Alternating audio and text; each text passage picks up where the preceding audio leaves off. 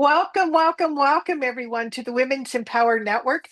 I am so excited to have Naomi with us today, and she has been here before, so welcome back. Thank you. I'm excited to be here.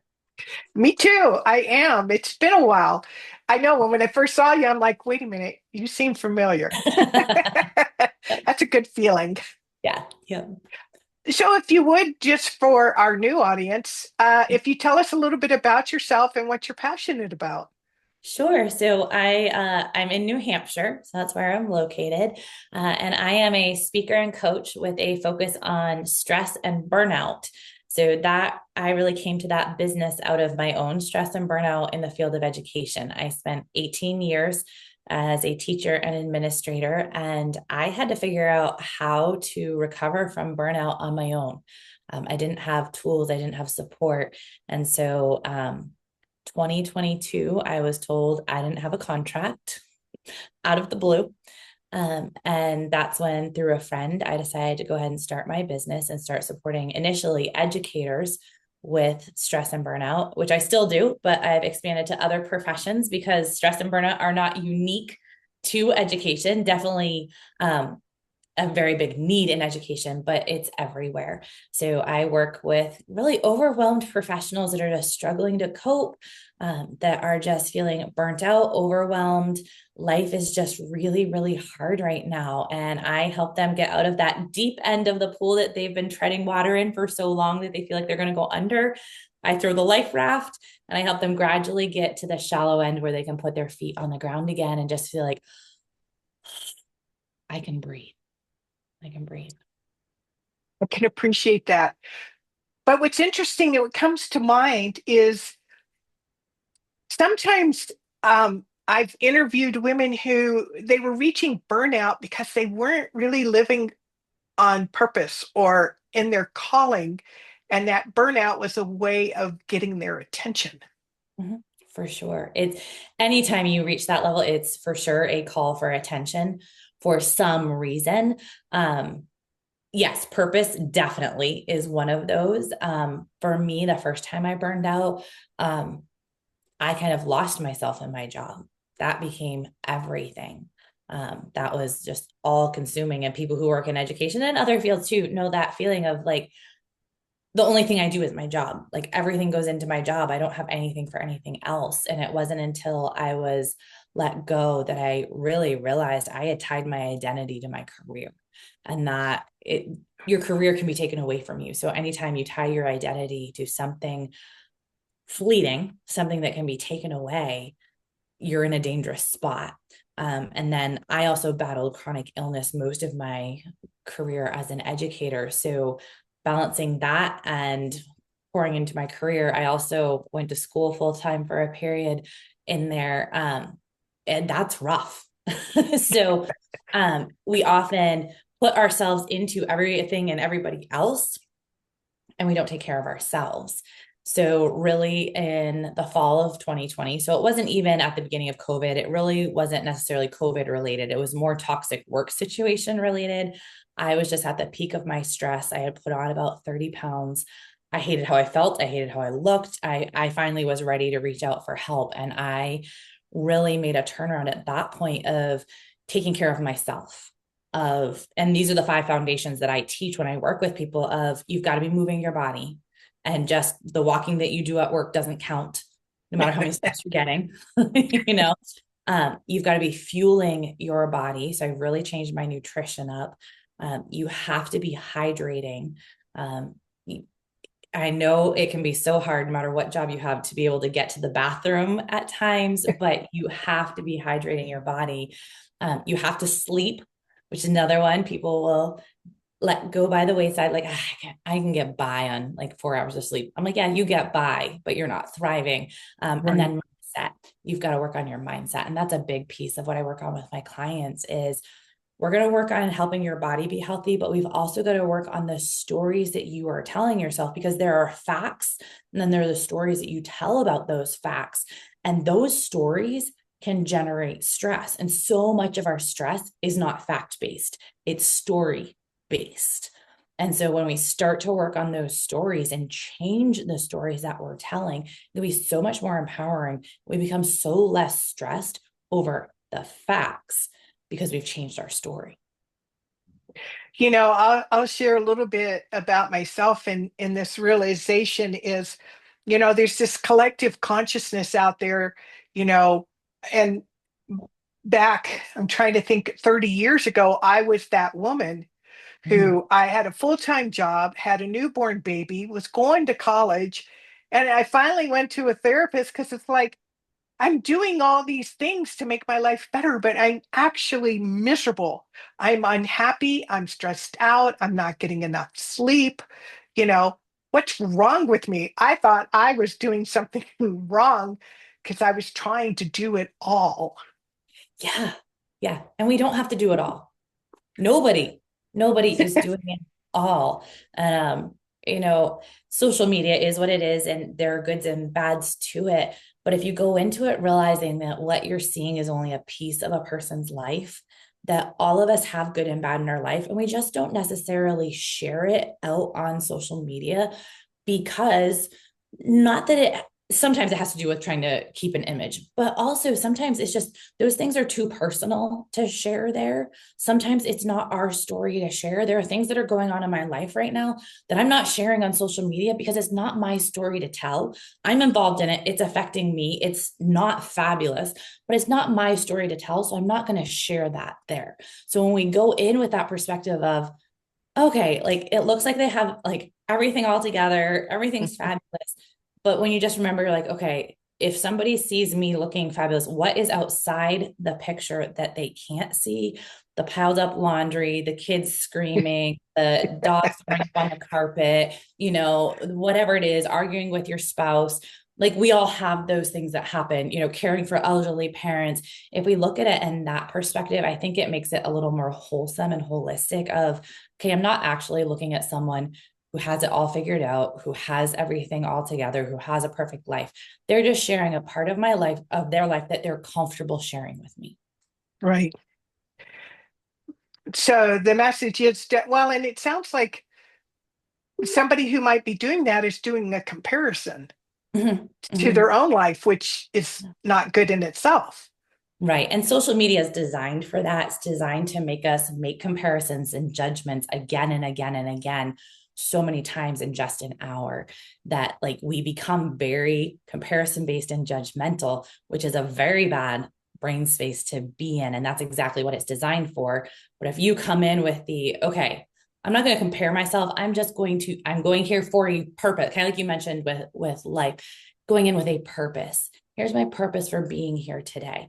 And if there are things that don't serve my purpose, I don't have to look at them. If there are things that affect me negatively, I don't have to watch them. And this is one of the things I encourage my clients with: mute people, hide people, unfriend, block if you have to. I know there are some people that you're like, I really shouldn't block them because they're family members. You can hide them or mute them though, and they don't know, so that Right. you're not seeing that content repeatedly and you're not ruining your relationship with them either by blocking them or by saying something you really shouldn't. But yeah, you can curate your social media so that it's showing you things you want to see. So glad you shared that message because there's this collective consciousness. I use that term a lot recently, um, or external pressure, like you're supposed to be a certain way or you're supposed to do a certain thing. And personally in my own life, there's this paradigm that if you want to be successful in business, you got to basically work 24/7. That's an extreme, but that's the idea. And that I've had mentors that pride themselves, oh, I worked 11 hours today. And I'm like, and you're bragging about this, and my whole I made it a goal and a mission because I know so many women in the group are mothers. They have a gift or a passion or a purpose that they want to fulfill. They have a family they need to take care of. And so I personally, just FYI, I don't work more than 25, 30 hours a week, but I also use a lot of tools to get me focused on the 20% that'll bring 80% of the results. And I either defer, share, or hire somebody else to do that other stuff so that I'm just focused on what matters. Because I know you can get so caught up in the busyness Mhm. and Mhm. never really make any headway. Yeah. And I like the mentor you're talking about. I've seen a few highly, highly successful women at the, peak. They're business owners, they're entrepreneurs, they're making the 7, 8 figures. And I've heard from their mouths, and this really gets under my skin when I hear it. They're like, if you want to be this successful, you have to grind, you have to push, you have to be always going. And that's how I got here. And they're like, don't tell me about work-life balance. There is no work-life balance if you want this. But at the same time, I'm watching the cost of what got them there. And now they're having to go back and work to get their health back because they sacrificed their health, or they're working to have to rebuild in their family because they sacrificed their family. And those are not things that I am willing to sacrifice. If that's what it takes to get there, no, thank you. You Right. can have, I'm like, my whole business is based on having that, maybe not always balanced, because there are times when life is very, very unbalanced, Right. but it's more like a good blend. So I one time heard it described like making a smoothie. You want a really good blend in the smoothie. You don't put in the same amount of strawberries, blueberries, yogurt, whatever, but you want it all blended really well. And that's what we want our life like. We want it blended well. And there are certain things that if you don't want to sacrifice them, please don't. Find a different way to do it. You do not have to give up your family. You do not have to give up your health. You do not have to give up your relationships to be successful. And again, that's their definition of success. You get to define what success Right. is for you. And so, yeah, I'm not working 12, 18-hour days in my business because I know what that will do to my health. I know that what that will do to my relationships. I will take the slow road to financial success so that I can do it intact and actually enjoy it. That's true. And we're in it for the long haul. Mhm. It's not like, oh, we get to this goal, whether it's a dollar figure or X number of clients and then we're done. Mhm. It's just a continuous journey. So I really appreciate what you're saying to that end, and really taking a moment to step back and really define what is success, Mhm. Mhm. you Yeah, I know? think that's really important because it's different for every person. Like we started our businesses for different reasons. Um, Part of my reason of starting my business was it's partially financial, but the not the financial to get me things, the financial for me to be able to be extremely generous. Generous in ways I've never been able to be generous. That's my financial goal. So success to me is not necessarily a house, a yacht, a big bank account. It's determined by how much I can give. And so like that's how I define it. Other people, it's other things. It's something to do with your kids, your health, your house, your bank account, whatever it is. You get to decide what success is, and nobody else gets to define that for you. And so tell me more about how you work with people to that end. Do you Mhm. find out first what their goal is or what it is they want to achieve, or So it's a collaborative process when I work with a client because they're usually coming to me at the height of burnout or just starting to come out of it, where they're finally able to like reach out for help because sometimes you're so deep in it you can't reach out for help. So generally people are in extreme states of burnout when they work with me, which I would love to work with people before that point and help prevent that, but I will take the extreme burnout cases. And so I do some assessments with them on kind of whole life assessments. It's called deep health. So we're looking at physical, emotional, relational, existential, environmental health.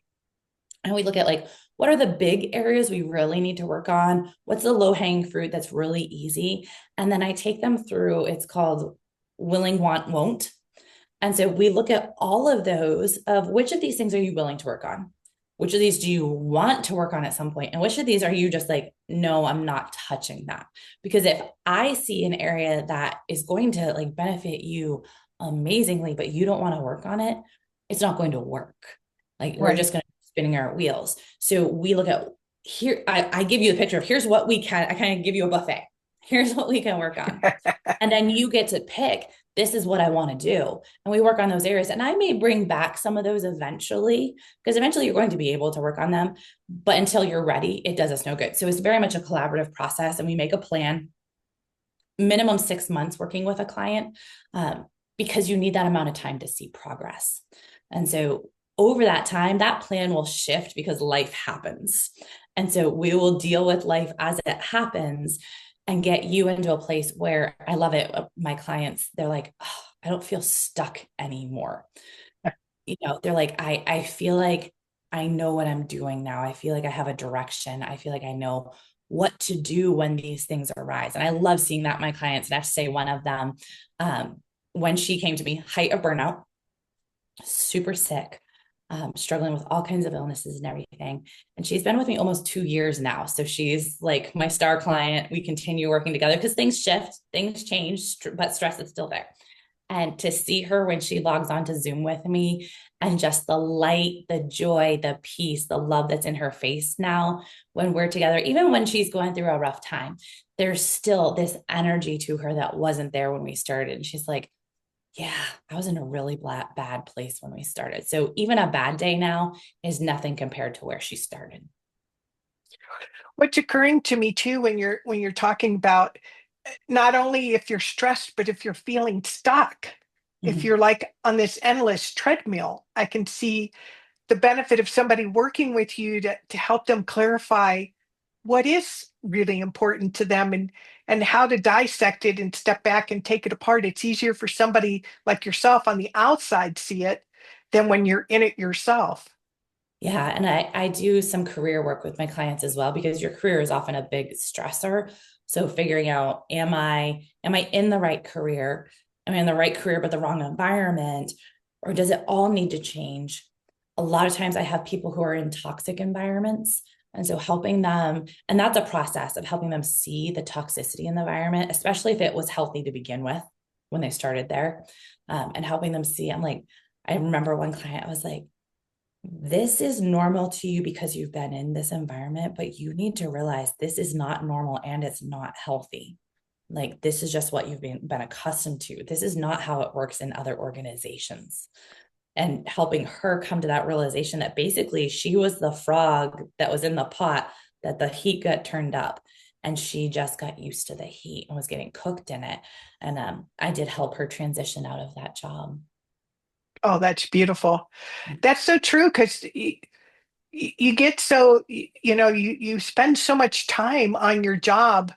Mhm. um, I remember at the end of my, we'll call it my first real career, I was a graphic designer for 19 years and I loved it so much. It was like I would pinch myself. I can't believe they're paying me to draw. That's how much I loved it. And then it didn't feel like work and I worked all kind of crazy hours. But then towards the end of 19 years with the internet and desktop publishing and everything, it became that pressure pot, that cooking pot.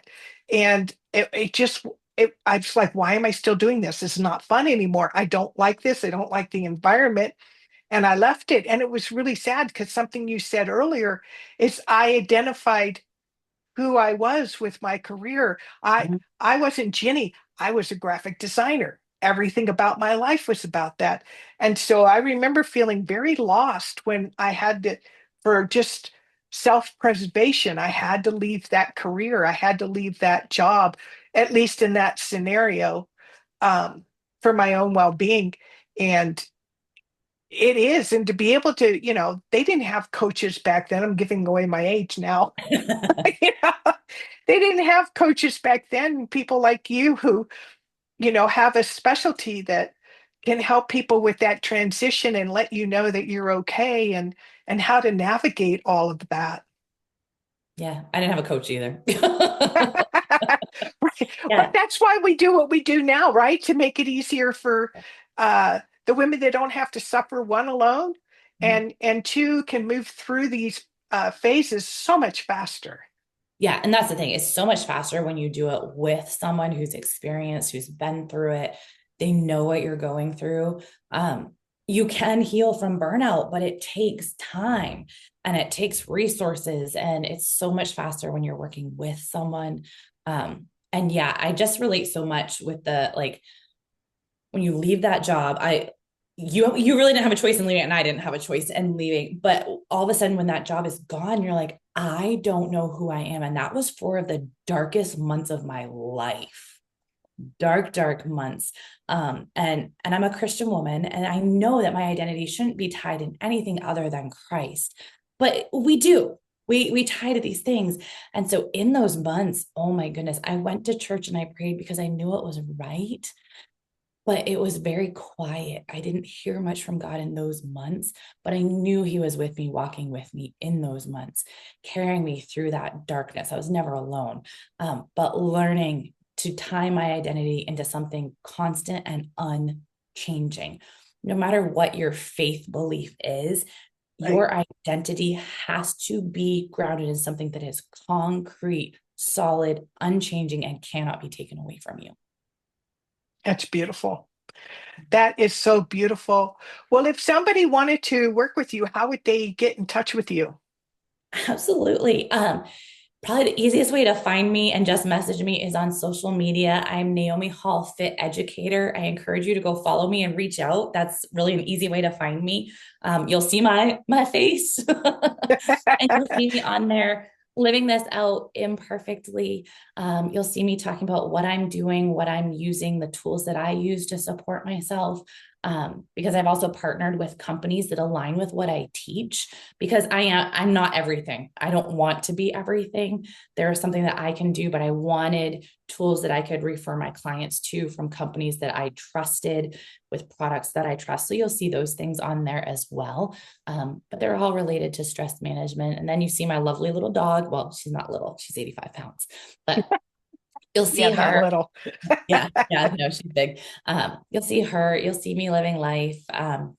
You'll see me after my workout in the morning. Like, you see the real me. I don't always look like this. You'll see me after my workout with no makeup and red face and sweaty. Because I do try to be pretty real about what I put out there, of like, life is life. And this is who I am. And I don't always look fabulous. And that's okay. It's okay to show up as you are.